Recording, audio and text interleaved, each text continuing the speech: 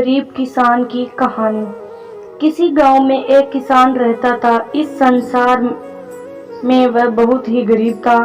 उसके पास जमीन का एक छोटा सा टुकड़ा था जिस पर वह खेती करता था। उसका गुजारा अत्यंत कठिन तरीकों से होता था। एक दिन सूरज की गर्मी चरम सीमा पर थी, परंतु किसान हमेशा की तरह खेत में काम कर रहा था।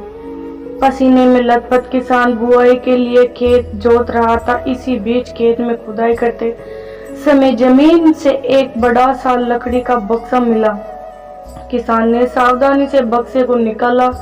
पहले तो उसके समझ में नहीं आया कि बक्से का क्या करें।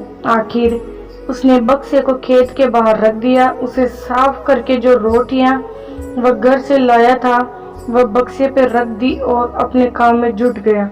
दोपहर को जब वह खाने के लिए रोटियां निकालने के लिए बक्से के पास गया तो हैरान रह गया।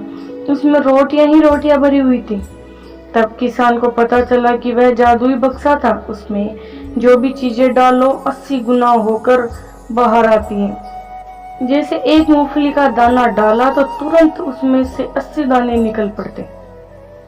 किसान ने तृप्त होकर खाना खाया और उसके बाद किसान संतुष्ट होकर बक्से को घर ले आया। बक्सा मिलने के बाद किसान बहुत खुश था। उसे लगा कि उसके सब दुख अब दूर होंगे। वह लालची नहीं बल्कि धैर्यवान व्यक्ति था। उसने बक्से का दुरुपयोग नहीं किया। उसे जब भी किसी चीज की जरूरत होती तो बक्से से तुरंत प्राप्त कर लेता।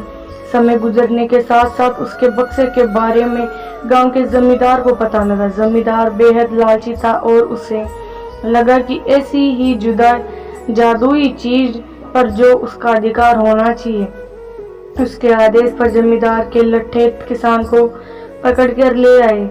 उसने किसान को धमका कर वह कहा, बक्सा जिस भूमि से मिला है वह मेरी जमींदारी में आती है, इसलिए बता उस बक्से पर किसका अधिकार बनता है। किसान बोला, यह ठीक है हुजूर की यह भूमि आपकी जमींदारी पर आती है, पर बक्सा जिस खेत से निकला उस पर खेती मैं करता हूँ।